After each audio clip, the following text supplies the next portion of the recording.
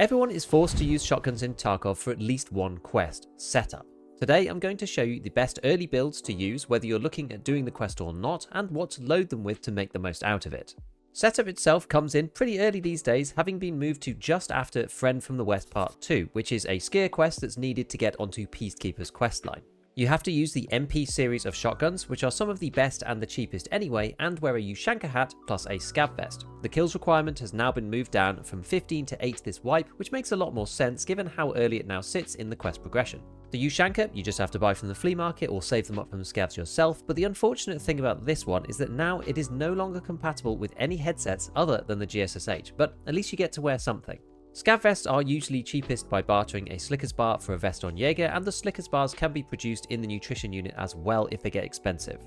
So in terms of guns, you can use the regular double barrel, the sawn-off does not count by the way at the moment, the MP133 pump action, or the 155 and 153 semi-auto shotguns, which are the two that I would recommend. So let's begin with the MP153. You can do a barter at Jaeger 1, but the easiest way to do it is to get to Jaeger 2 and buy it from him. Obviously, you can also buy it on the flea market as well, but we're going to have a look at his preset. Now, the thing that I would say about the MP153, and pretty much all of these shotguns, is that they're kind of ready to go. You can't make any of them amazing unless you spend loads of money on them, and even then, it's still not comparable to a meta weapon. So if you just want to pick one of these up, now I have a favorite sight for this, and it's one of the reasons why I use the MP153, which is this Pillad target ring. I think this is really nice for using buckshot and flechette style cartridges, which is why I tend to go for this. Obviously, you might want to use something different if you're looking at slugs, but we'll talk about that a little bit later.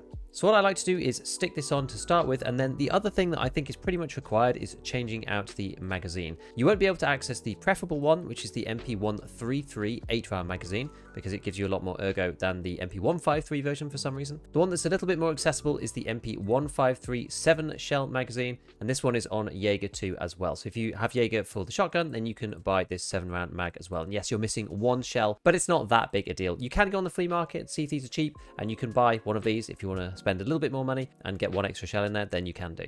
Now, of course, I always recommend also getting the Sprut here, because then this allows you to add a laser. This just makes point fire that much more acceptable. You can put a flashlight on, something like the X400 if you want to, or I usually just go for a TBL. If you want to blind people, obviously, yeah, you can flashlight them in the face. And then in terms of the muzzle, it doesn't really matter what you do here. To be honest, it doesn't make a great deal of difference. 230 versus 209 recoil, you're not really going to be able to tell. Even with the cylinder 12 gauge and putting on the GK02, which is another Jaeger 2 purchase, this brings it down to 195, but it doesn't really make that much difference. You could almost argue that the 2 ergo is actually better, but either way, we'll keep this on for the time being.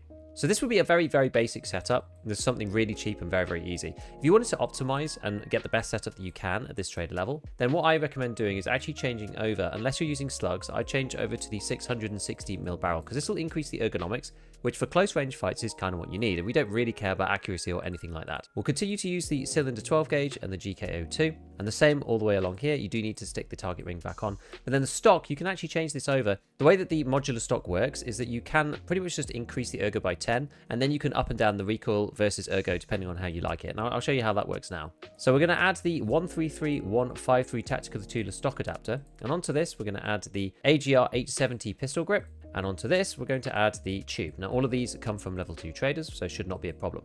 Now for the actual stock that you want to put on, obviously you have the full selection here. The one that I kind of think of as like the base middle ground is the DS150, because when you stick this guy on, if you compare it back to the original stock, the original plastic stock, it's exactly the same recoil, but you just get 10 ergo extra. So then from here it's up to you as to whether you want more ergo or less recoil or whatever. So the stock with the highest ergonomics out of this particular selection is the GL Core. Now the GL Core sometimes is really cheap on the flea. You can't access it at level 2 traders. You can see it's a level 3 skier part, but at 9k from the flea, that's actually pretty cheap. There's an alternative way to get the GL Core. If you get the STM9 and look that up on the flea market, this one comes with the GL Core by default. So what you could do is you could buy an STM9, you could strip the GL Core off it, and then you could resell the STM9 back on the flea if you wanted to, or just sell the rest of the weapon to mechanic, something like that, because it'll probably go for about 10k if you sell it back to the traders. Either way, so it depends on how much ergo you want. I think I would be inclined to do this. I think I prefer ergo on this gun than recoil, honestly. And so I might well just do it this way. So that gives you 46 ergo and 219 vertical recoil. So yeah, the recoil's always going to be high on these guns. It doesn't really make much difference. The only way you can make it a lot lower is by using the monster claw, but this is all the way up at mechanic 4, so this is quite hard to get to early. Now, I did build one of these guns earlier. The big benefit of building it in this particular way is that it now contributes 2 slots in the inventory rather than 1. Obviously, somebody could just put it in a weapon slot like this, but if it's in your inventory, it's much more difficult to fit one of these in the bag because it takes up twice the space. This could also be a reason as to why you decide to actually keep on the longest version of the barrel, the one that it comes with, the 750, because then it's actually 1 extra square, as you can see from this guy up here. So it's just really up to you.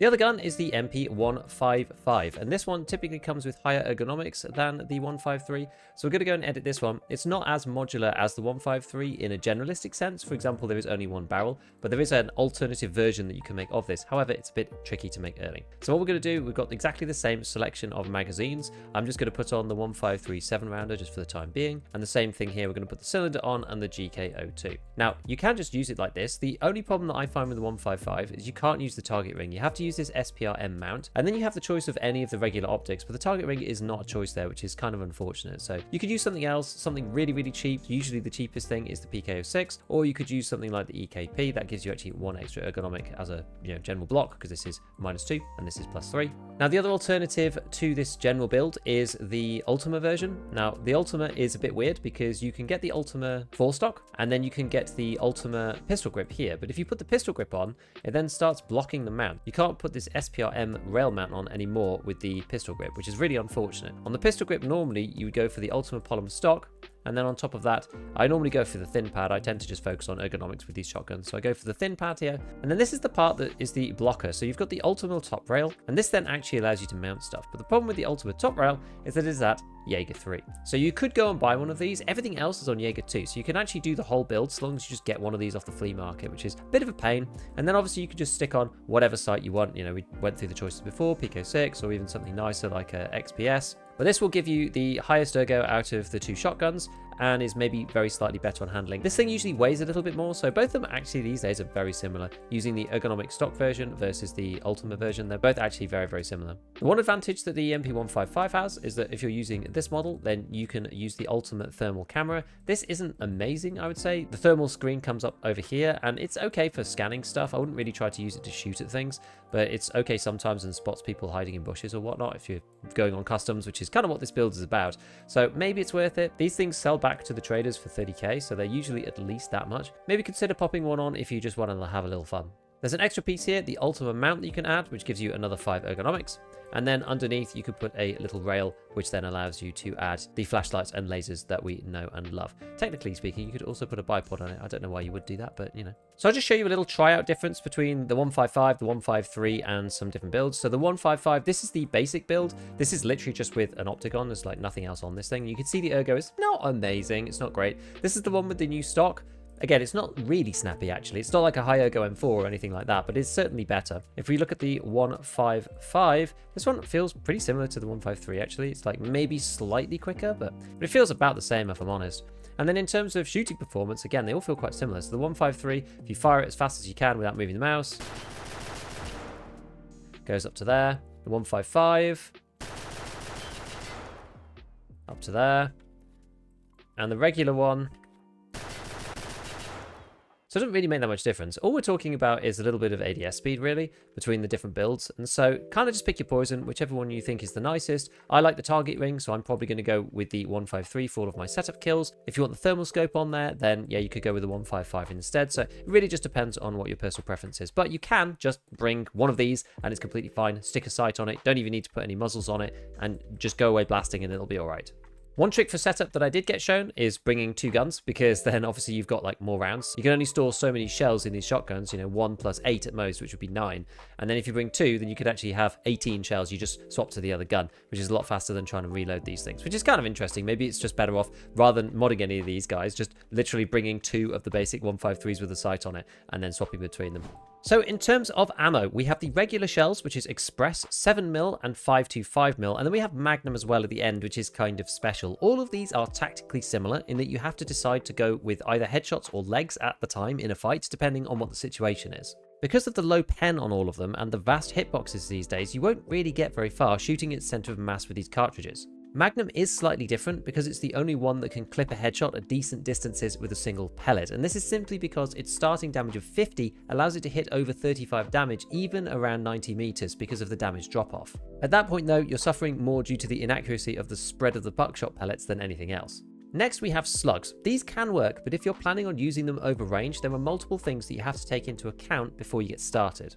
First, you really should be using the 153 with the longest barrel. This is because it has a much higher accuracy than the 155 with its singular barrel, and the MOA can reach 9.8 when using the Remington choke versus 20.25 for the 155. Usually accuracy doesn't matter at all in Tarkov except for distances over 200 meters, but with shotguns only just scraping under 10 MOA, this does make a difference for slugs. Then we have the ammo itself. AP20, which is probably the one that you actually want to use, is banned on the Flea and is craftable only at Workbench 3, so it's out of the question for most people unless you find some in Raid. Accessibility is the issue for this round, as it's pretty good in the early to mid game when you can't get access to it, one-shotting class 4 armor with a class 2 underlayer around 50% of the time on the first hit, but it is very, very weak to class 5, taking around 3 to 4 shots to kill. So by the time that you can make it and use it, it doesn't really work anymore. BMG slugs are the next one down in pen terms and are on the Flea as well as Workbench 2 and Jaeger 3. However, this is only 26 pen, so it will start to struggle even with class 3 armor. Further down the chart than this, the pen is too low to be effective against actual protection, so we're back to legs again, but shooting them over range this time.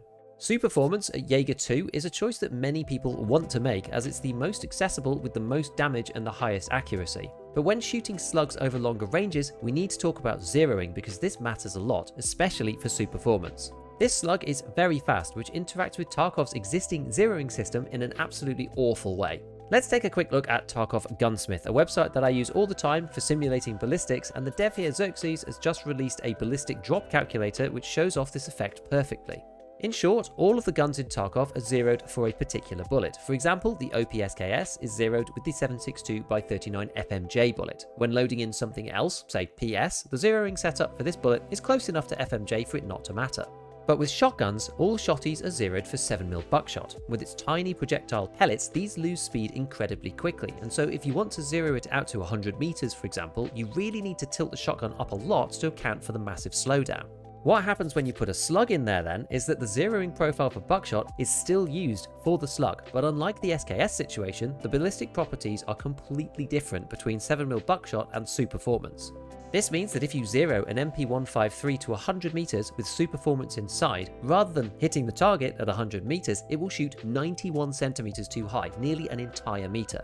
Most sites will only let you use a 50 meter zero as a bare minimum, but even here at 50 meters, you're shooting over your target by 12 centimeters, and the worst part of the trajectory is at 100 to 150 meters with a 25 centimeter overshoot.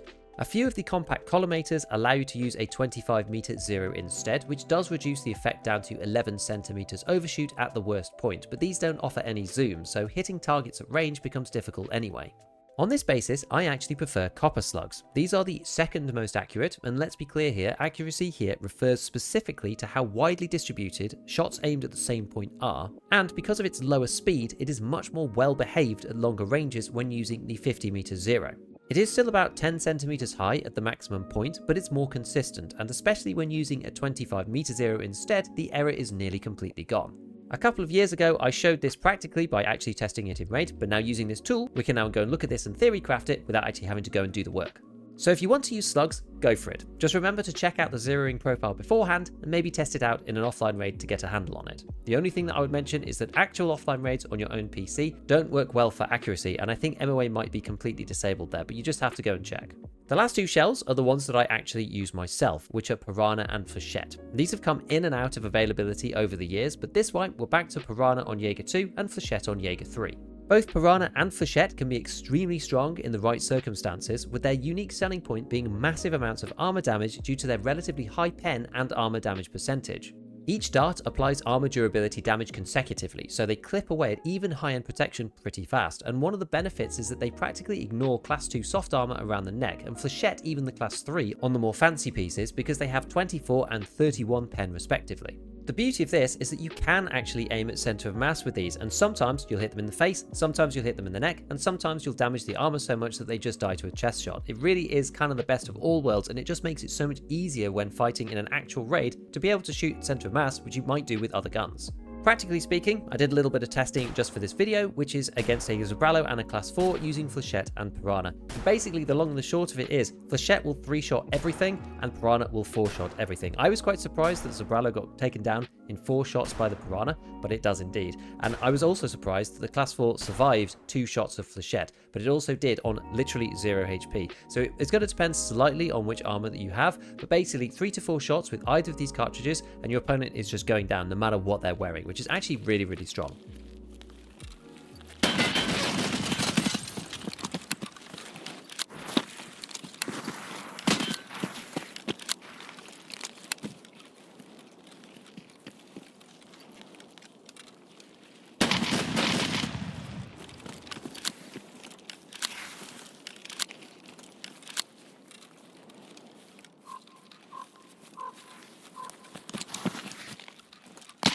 Ow.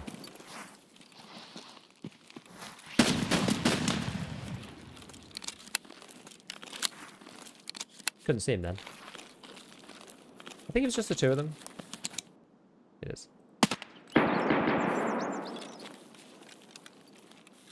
It is indeed. There's another one.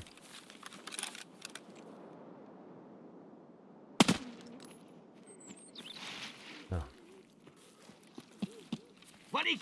Managed to not kill him somehow. Now I'm gonna die instead, maybe. Oh no! Ah! Oh my god, there's so many! There's some dude in here to my right.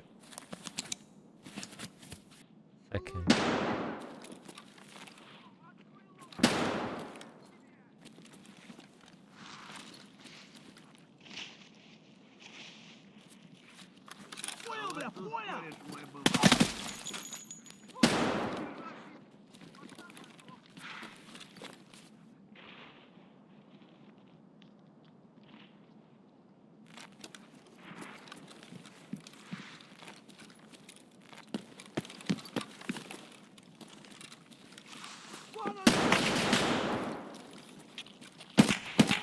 Oh, I'm getting shot through the door.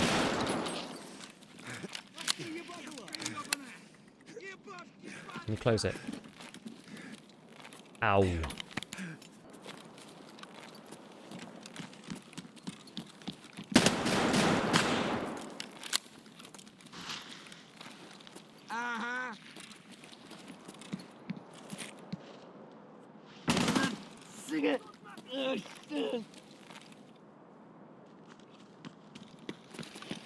Земляк, мы стрелять не хотим, мы так считаем. Парни, тут наши хвалят.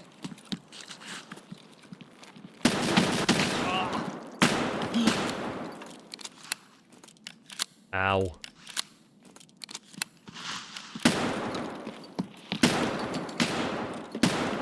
Ow. Oh, I'm majorly screwed at this point.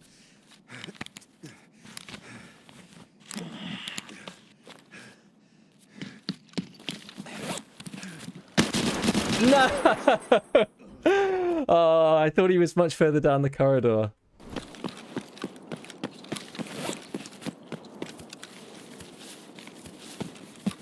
Oh, there's actually somebody running there. It looks like he's coming up in here.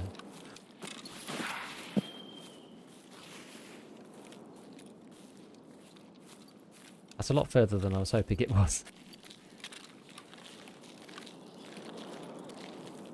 It looked like a player running, like, normally. Not in, like, a scav kind of way. It looked like an actual player. Hard to tell sometimes, but...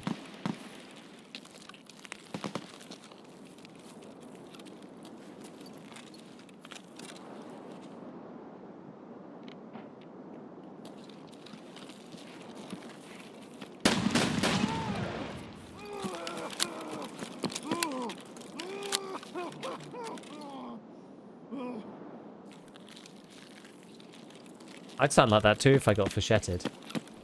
Well, we'll go this way. We'll try and get in. We'll try and get involved in this.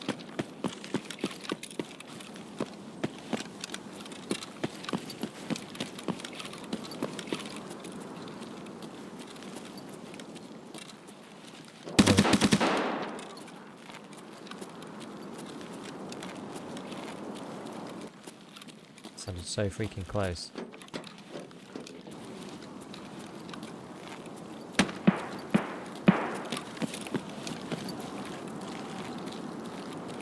Like, where are these? I'm really struggling to figure out where people are with the GSSH. Oh, I hate the GSSH. Are they right at the back? Or something?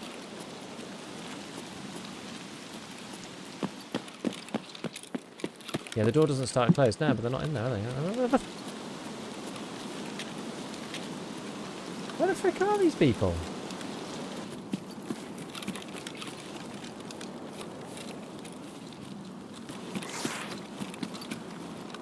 Gonna scarp it out of this way.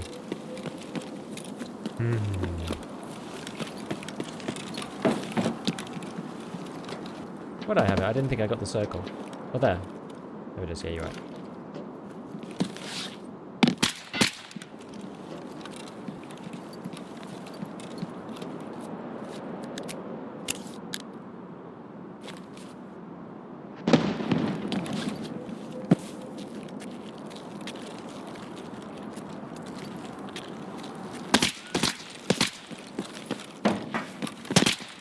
Oh, that sucks.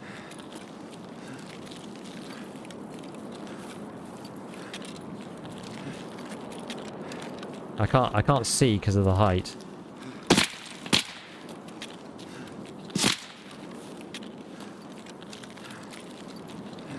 Wait, have I run out of energy?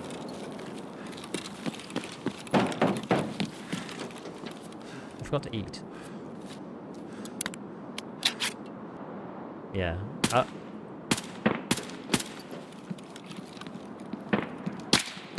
Ow. Where is this guy? I can't see him. PMC? Yeah, certainly. I can't see this dude. Do you want to do it before the painkiller goes away? I think it's got next to the dumpster outside the warehouse. If I go this way.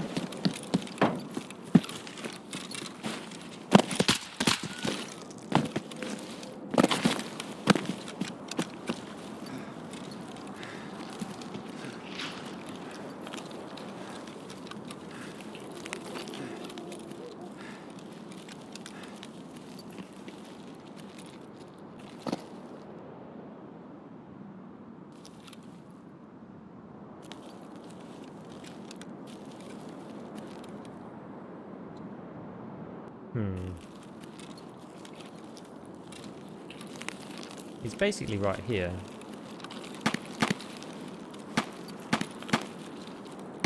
If I can see his exact location through here. Well, neither of us can push here because...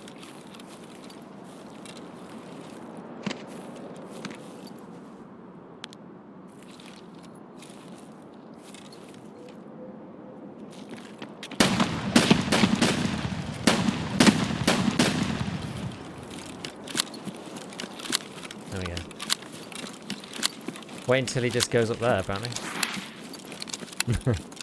So to understand fully why the GSSHs are a tricky choice when it comes to the Ushanka, go and watch my brand new audio video out now for patch 15. Otherwise, as usual, big shout out to all my patrons, and as always, have fun in your raids.